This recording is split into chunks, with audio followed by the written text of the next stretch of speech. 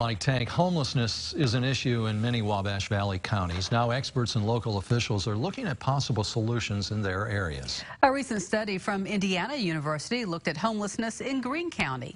Lindsay Jackson has more on the findings and what can be done to help those in need. Lindsay. Mike, Dana, Greene County Commissioner Nathan Abrams says there has always been a homeless population in the area, but he says there is help available.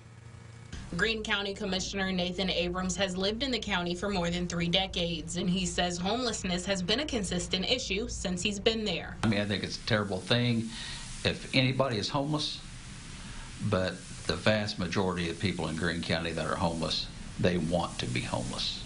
He says there are resources available to those who need it, such as the Family Life Center. Abrams says without those groups, they wouldn't be able to combat the issue at all. They have programs. A lot of the local churches have programs. There are several independent ministries now in the county that have different programs for people to be. But the main thing is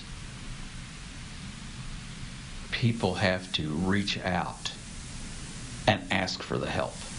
Laura Littlepage, clinical associate professor at Indiana University, conducted a study with the University Center for Rural Engagement. That study found that at least 51 people in Greene County are currently experiencing homelessness. She says a key piece to preventing homelessness is through prevention. Right. So the people are in houses that have broken windows, or they have roofs that need repair, or they even maybe their utilities got shut off.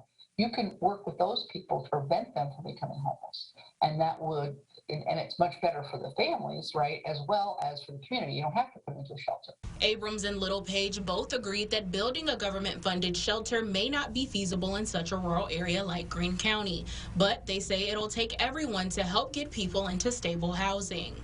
It's going to take a lot of effort between not only the local government, but also the community.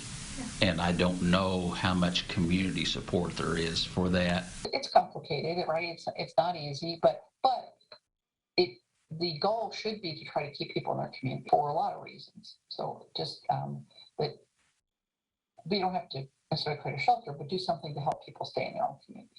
Littlepage says it was difficult to conduct research due to many people not wanting to identify as homeless, and she acknowledges that some of the data found could be off. But based on her research, the 51 people who identified as homeless consist of 24 adults and 27 children.